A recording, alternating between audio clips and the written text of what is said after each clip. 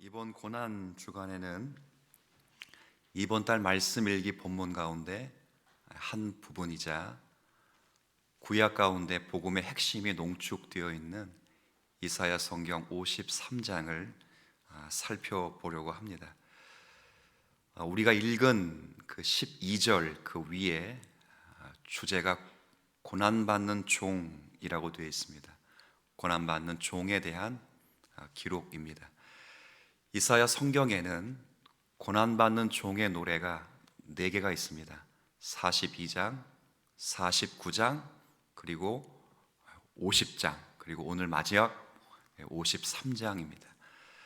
고난받는 종의 노래 가운데 가장 길고 유명한 노래입니다. 고난받는 종이 죽으실 것이고 그 고난받는 종이 다시 살아날 것이다. 그러나 이 모든 고난과 이 모든 다시 사심은 많은 사람들의 죄를 위한 것이다 하는 게 이 노래의 핵심입니다. 그래서 설교의 황태자로 불렸던 찰스 스펄전 목사님 같은 경우는 이 이사야 성경 53장이 성경의 지성서라고 불렀습니다. 그리고 이사야 성경 53장이 성경 신구약 가운데 복음의 핵심이 가장 깊게 농축된 본문이라고 말씀하셨습니다.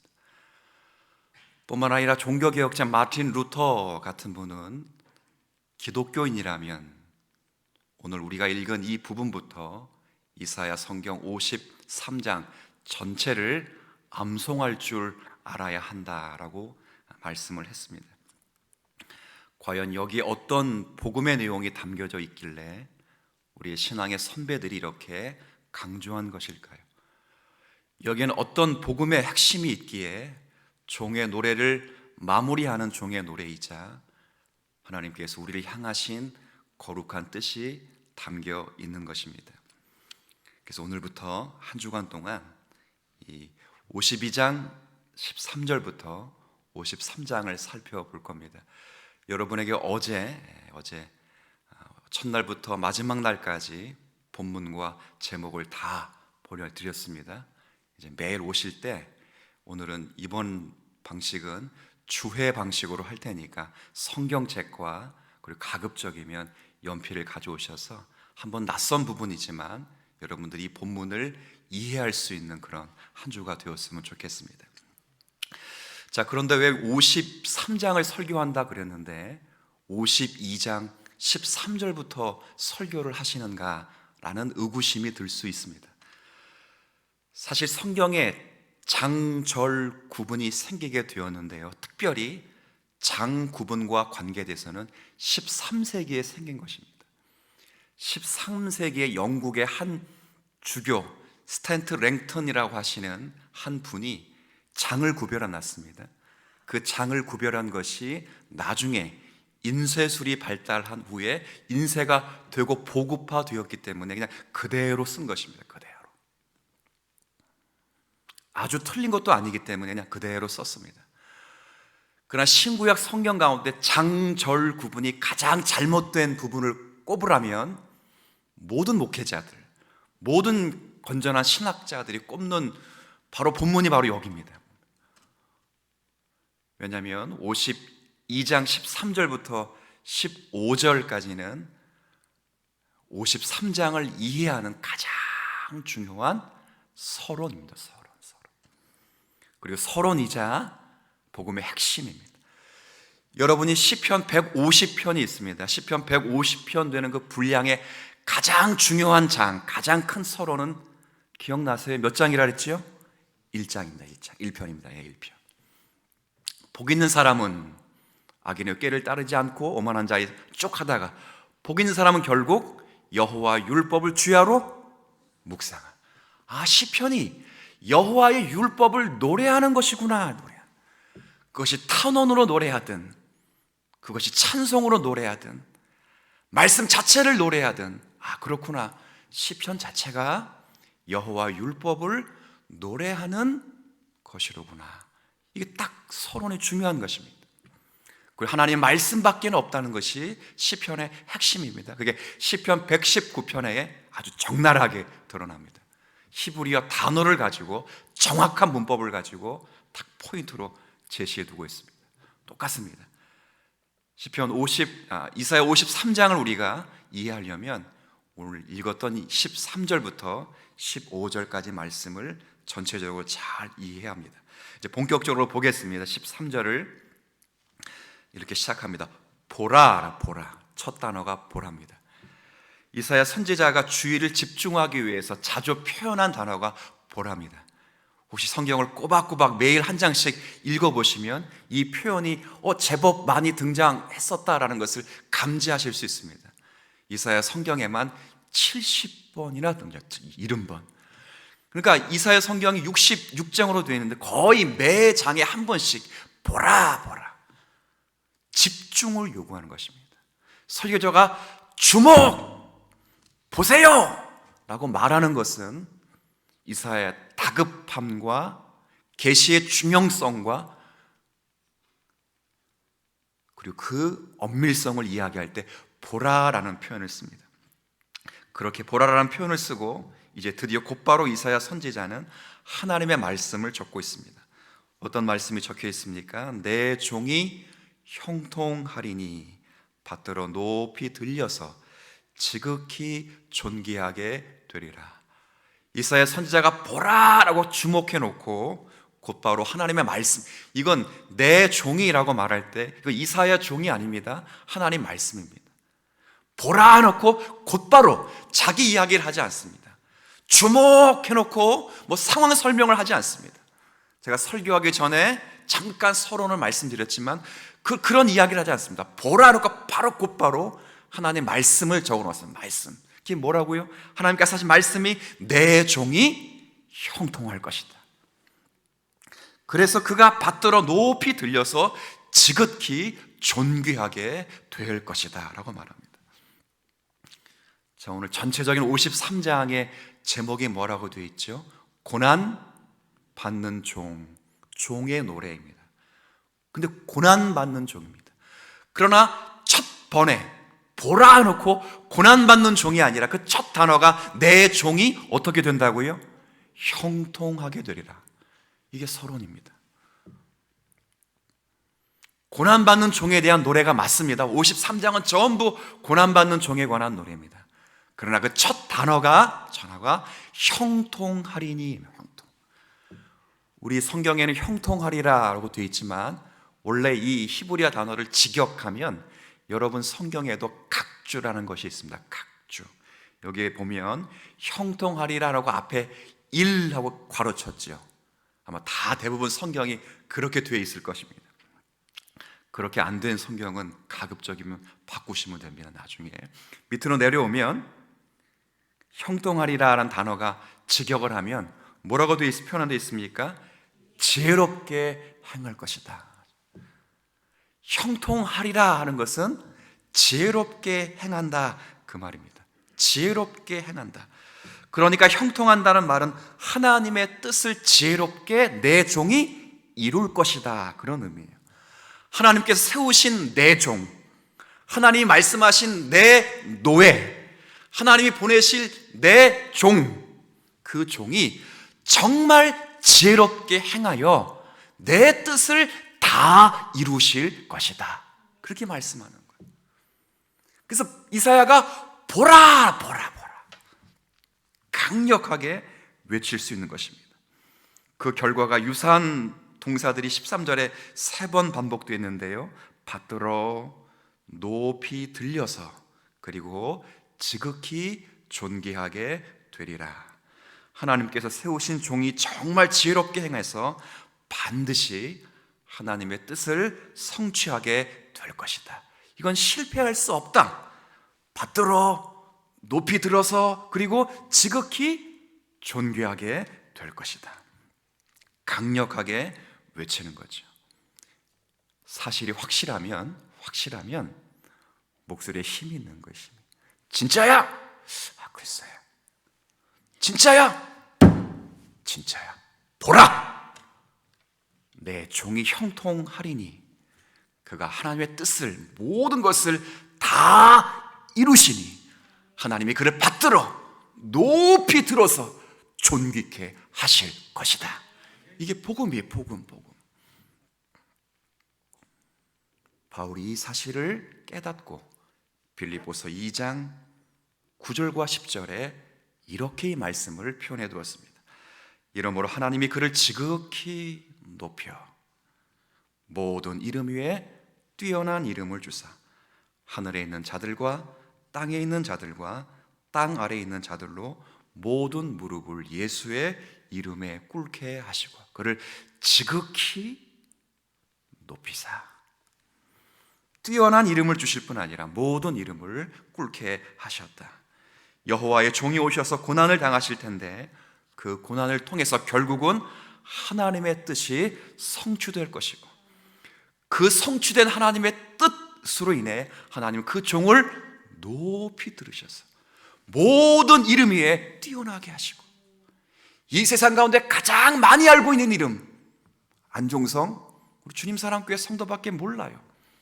대통령 다 몰라요.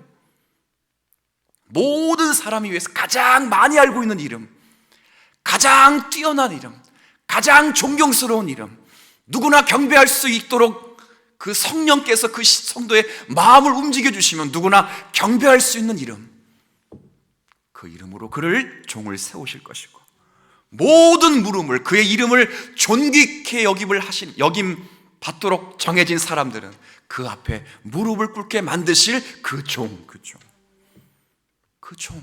하나님께서 그 종을 보내실 것인데 그 종이 지혜롭게 행하여 하나님의 모든 뜻을 다 이루실 것이니라.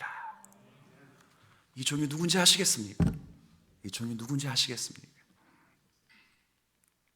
근데 보십시오. 왜 사람이 이 종을 몰라드렸습니까? 이렇게 훌륭한 종을 왜 몰라드렸을까요?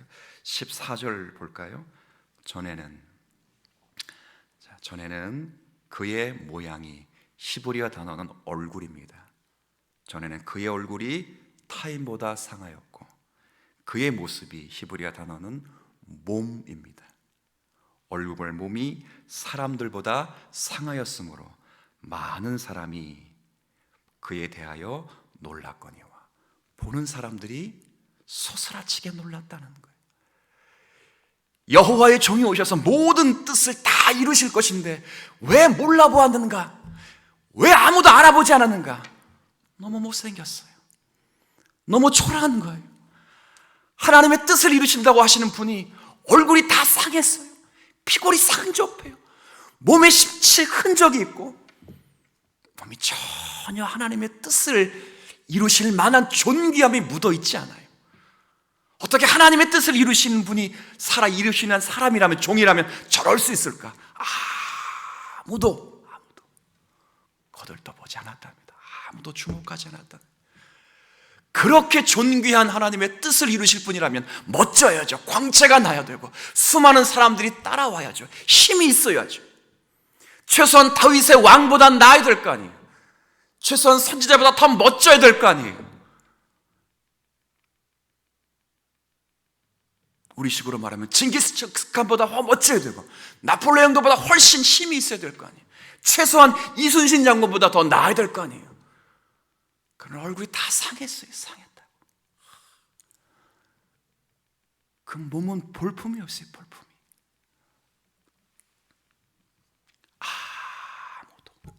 아무도 그가 하나님의 뜻을 이룰 거라고 생각을 못한 것입니다.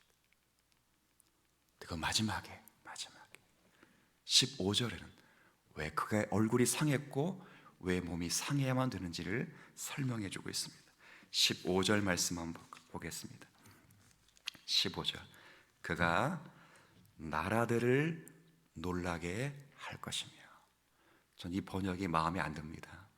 참고로 이 번역은 14절의 나라 놀랐거니와 라는 이제 표현이 있겠어 연관해서 해석을 이렇게 번역을 한 건데요.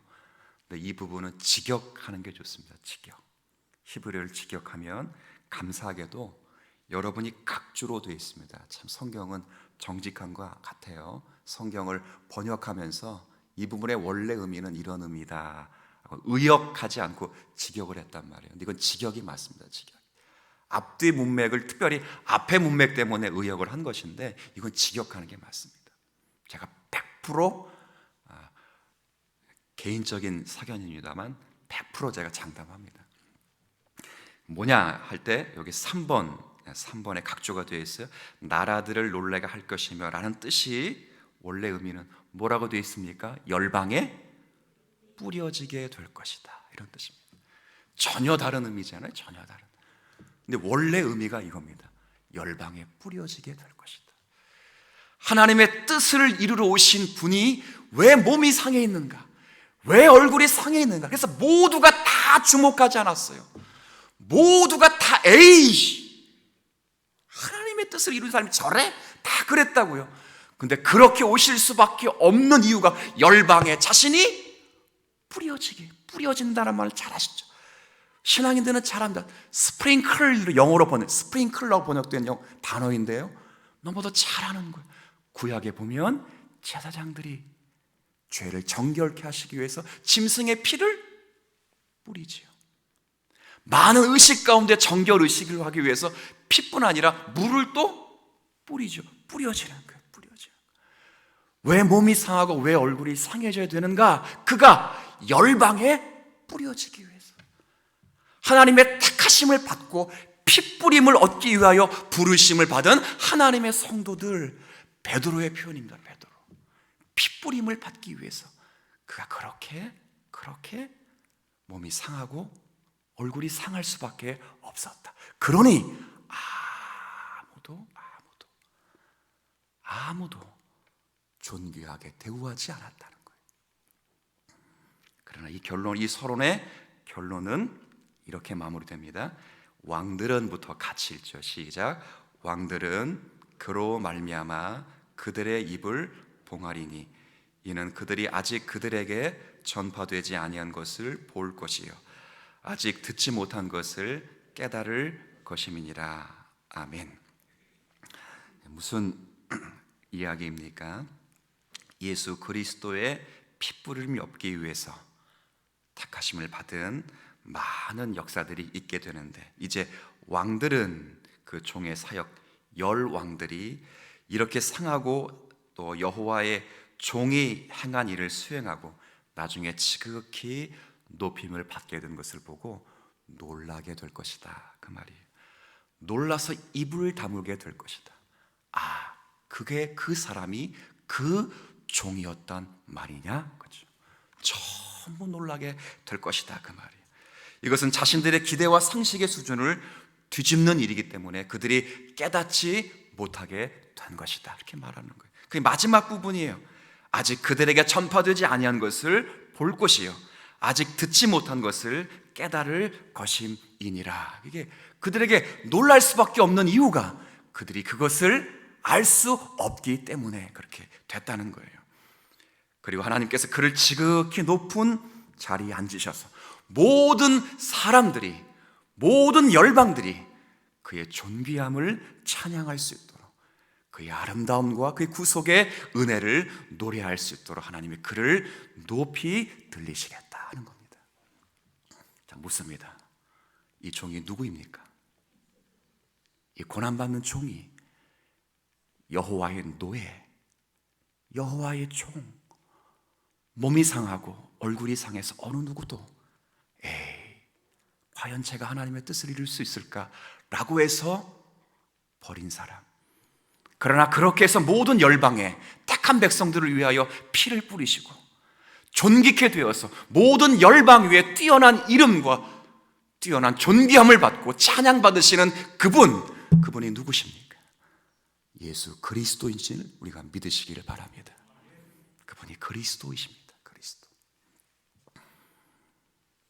이 예언을 예수님이 오시기 전 700년 동안 했습니다.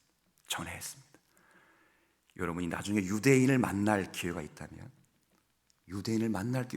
혹시 기회가 있어서 성지 여행을 가실 수 있는 분이 있다면 꼭 물어보십시오. 이사야 성경 53장을 유대인들이 아느냐고 물어보십시오. 놀라운 일이 발생. 놀라운 일. 구약 성경을 그렇게 많이 암송하고 그렇게 많이 알고 듣고도 놀라운 것은 유대인들은 이사야 성경 53장을 모릅니다. 놀랍습니다. 정말 놀랍습니다. 정말. 제가 거짓말하는 게 아닙니다. 모릅니다. 의도적으로 가리고 있습니다.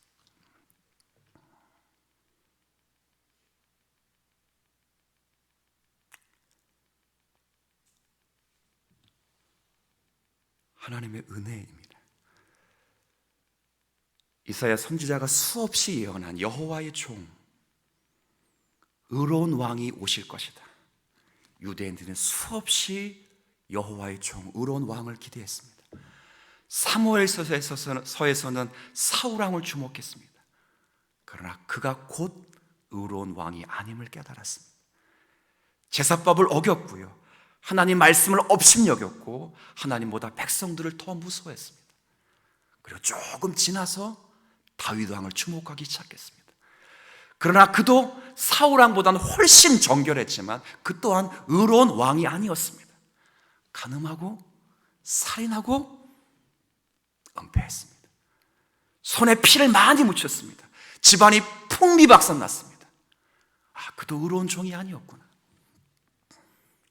그러면 솔로몬이 과연 그 의로운 왕일까? 하나님이 그 왕에게 모든 지혜를 다 주셨습니다. 인간이 누릴 수 있는 모든 지혜를 주시고 그 지혜로 부귀영화 다 얻었습니다. 그러나 그것으로 우상을 섬기고 수백 명의 후궁을 두리고 우상 공장을 아예 유다 백성들에게, 이스라엘 나라에 만들어냈습니다. 나라는 둘로 갈라졌습니다. 그도 아니구나. 북이스라엘의 수많은 왕들 전부 선한 왕이 한 명도 없습니다. 남유다 왕은 몇 사람이 선한 왕이 있었지만 그러나 전부 그 나라는 죄로 인하여 결국 바벨론의 포로로 끌려가게 될 것입니다. 그 시점입니다.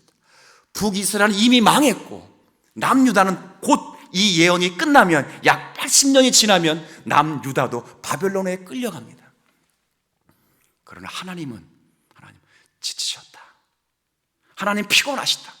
너희들에게 실증이 났다. 그런 말씀 하지 않습니다. 보라. 너희들이 바벨론의 포로로 끌려가 바벨론 너의 70년 동안 노예 생활을 하게 될 것이지만 예루살렘 성이 무너지고 너희들이 그렇게 애지중지했던 성전이 무너질지라도, 예루살렘 성 안에서 수천 명이 대학살이 일어날지라도, 이 땅이 유린되고 이 땅이 무너질지라도 하나님은 너희를 향한 구원의 계획을 포기하지 않으시고 의로운 종, 내 노예, 내 종을 보내서 반드시 내 뜻을 이루어내실 것이니라. 보라.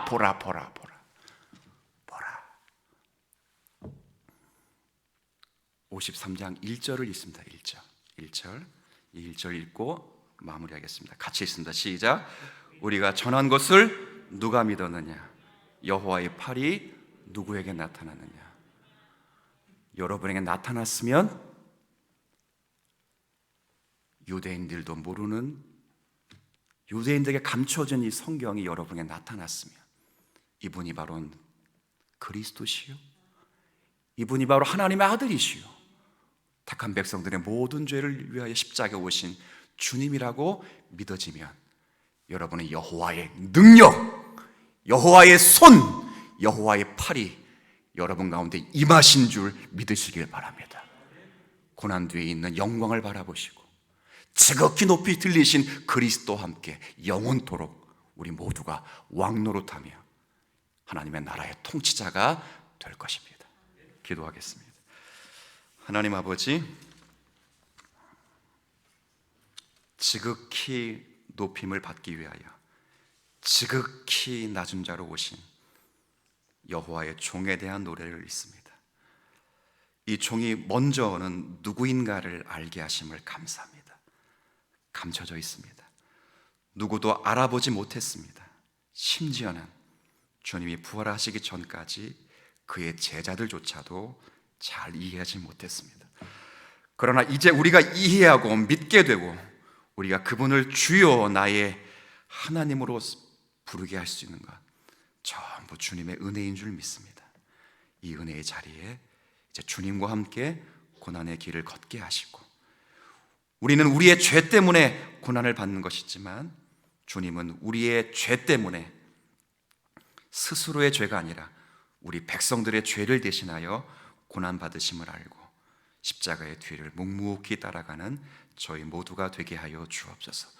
오늘 여기에 참여하신 모든 성도분들을 위로하여 주옵시고, 주님과 함께 영원히 왕노릇할 지극히 높임을 받는 하나님의 자녀임을 믿게 하여 주시고, 이 세상에선 그의 종으로, 그의 말씀의 사자로 살아가는 은혜 있게 하여 주옵소서.